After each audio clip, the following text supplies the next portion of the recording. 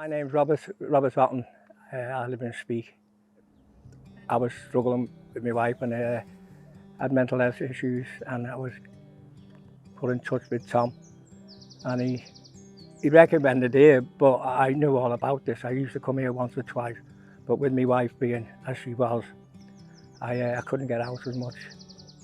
So now, sadly, she passed, and this is my release now, coming to the Grow Speke and doing things for the community, hopefully.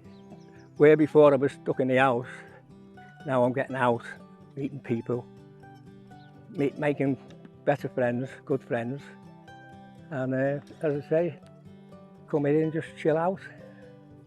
I can be silly at times, but I've always been like that because I've always done a lot of volunteering from when I still volunteer now for Speke, Austin, Rowlandsons, for the over 60s, these forever active. I volunteer there every Monday, and I volunteer in the marketplace. I'm a cardboard cutter up, I cut the cardboard up. And yeah, I come here to Grow Speke twice a week, just to lose myself in here. Who couldn't lose themselves in here?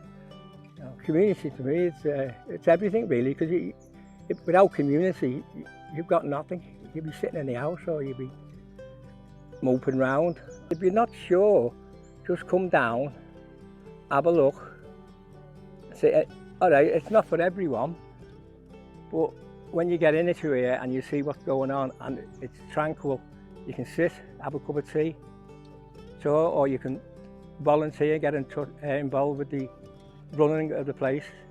And I come and I get lost. My mind obviously goes to Ruth, and I sit on the bench and talk to her a few times. She talks to me, or shouts at me, should I say. And but it gives you peace, where you're mundane. If you're sitting in the house, four walls, they end up talking back to you.